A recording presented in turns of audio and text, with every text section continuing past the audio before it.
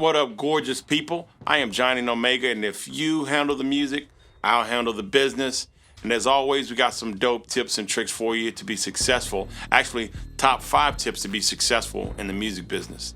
You ready to do this? You sure you're ready to do this? All right, let's do this.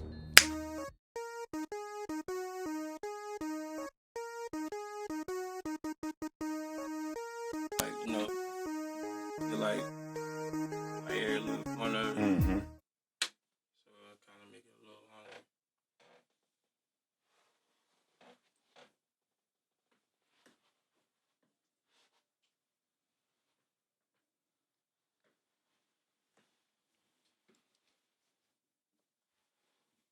Who is this? That's my brother-in-law, Rayfeld Jr. Say what up What's going on? to the peoples. What's up, y'all? And this is, hold on, let me see if I can flip the screen around, guys. All right, boom. This is me. I am absolutely back. So we're talking about the top 5 things that you need to do to really be successful in the music business. And, you know, we talk about the top 5 at 5, or we're going to talk about the top 5 at 5. Hold on, what are we talking about? Now it's Studio gear.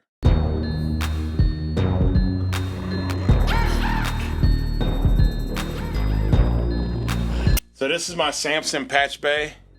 This is my Warm Audio 1176 clone that I use to just squash vocals, make them really sit tight in the mix.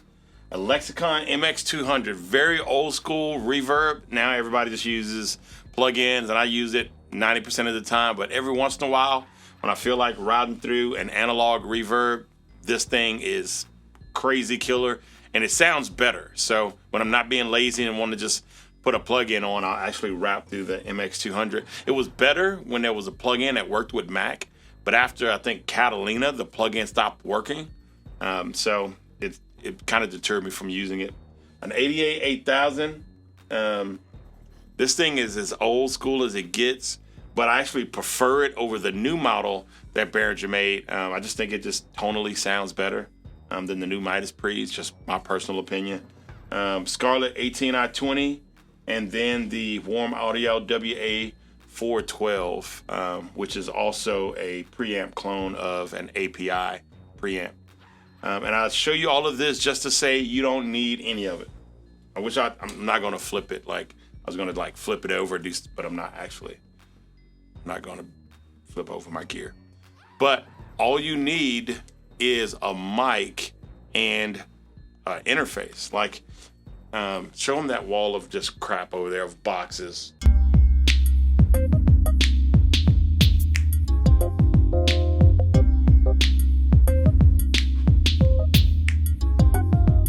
yeah, I'm grooving that. Yeah. In that wall of boxes is a tiny little preamp. I don't think I gave it away. I had a tiny little Behringer single, $90 interface and a Rode NT1A mic. And I've recorded crazy stuff with that tiny little Behringer interface. And I've recorded crazy stuff with just a Rode NT1A microphone that's like a couple $100. All that to say, you don't need, now I have 2 mics and all this other stuff that I use just here in my home studio when I'm here tracking out stuff or mixing stuff. But you don't need any of it. You can mix in headphones on a $90 interface and a $100 microphone. It's about being creative, doing the music, so don't ever trip over gear. Okay? So why do I have this gear? And why do studios have this gear? All of this various gear. Gear helps you and it aids you. It's just not necessary. It's kind of like the Toyota Camry will get you to Nevada, but the Lexus will get you to Nevada as well, just in a little bit more style. But neither does a better job of getting you to Nevada. Better meaning getting there. Both of them will get you there. It's just how comfortable you will be. And that's all gear does. Instead of spending 4 hours mixing a song, maybe I only have to spend an hour and a half mixing a song or doing a rough mix because my outboard gear has helped me, in that vocal chain to get it pretty much close to what I want. So it saves me time. I'm riding in the Lexus in style. And there's guys with even more gear, right? So this is not even the Lexus. This is like the Prius. And then there's guys out there with the Rolls Royce.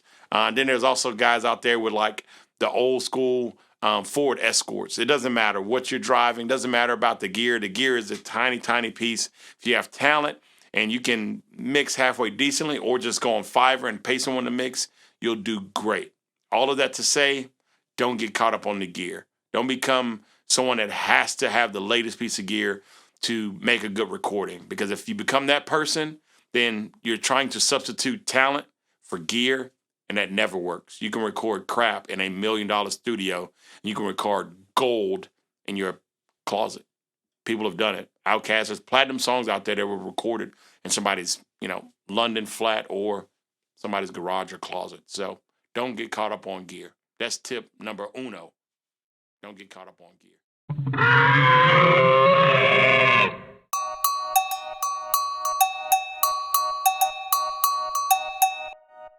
All right, so tip number dos, style. It's always better to be a horrible version of you than an amazing version of someone else. So people ask, hey, if I'm rapping or if I'm singing, who should I emulate? Who should I try to be like? Be like Y-O-U. Be like, I cut off the here. But basically, be you. Be you. A great original is better than a horrible copy. And a horrible original is better than a great copy.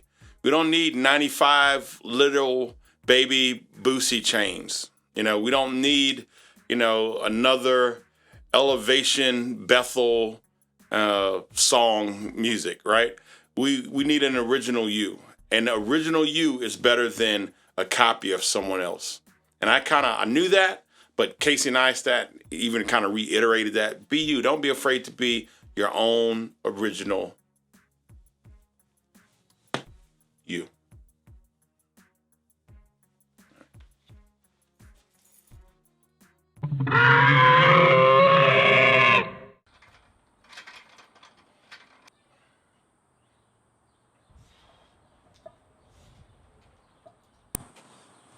So success in anything is hard work.